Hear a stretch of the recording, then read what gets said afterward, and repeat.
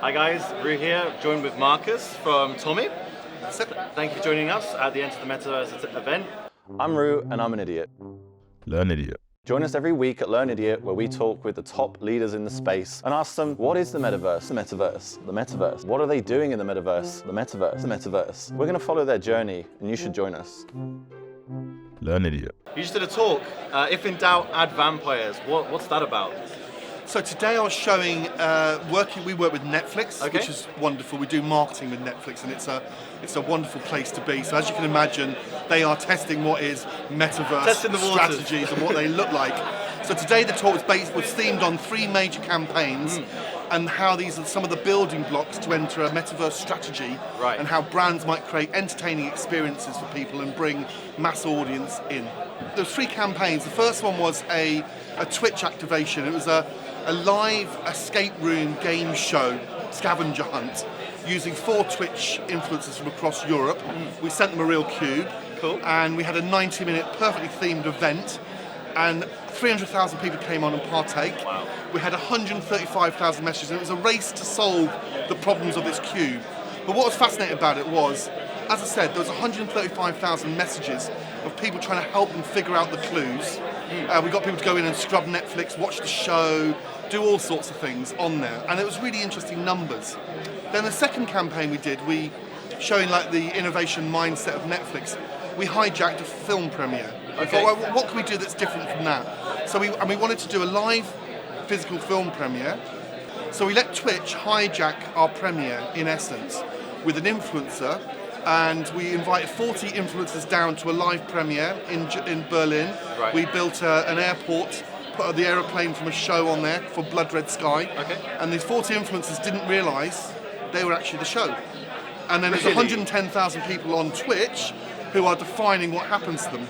Rather than just like Instagramming something or putting something up on TikTok, they didn't stop streaming the whole event because it was crazy and chaotic. And the sheer volume of content and the viewing figures that then gives it, Yeah. gives the influencers what they want, gives the audience what they want, and you've got 100,000 people partaking as well. So it's a real good example of Metaverse strategies, like online audiences can participate. Yeah. Online can actually feel real live experience as well. So it's some interesting insights from that. That's really cool. And so you say Netflix testing the waters on the Metaverse by trying out these campaigns.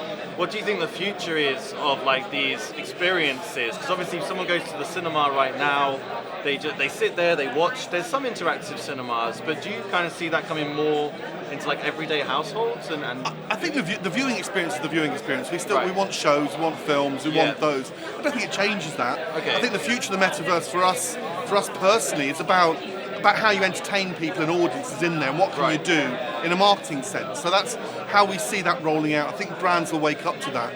Just putting on a DJ in the Metaverse, is that interesting?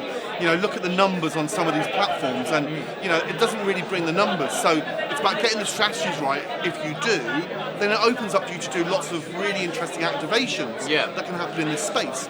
For much as we want all our digital lives, people want some intimacy, they want to meet people as well. Yeah. The experience economy is rising at a rapid rate at the moment. People want physical experience of real people. So I think it's really interesting. I've got children, so I've watched over the whole of lockdown. When I say watched, I have spent a lot of money on Roblox and Fortnite to buy them skins, right?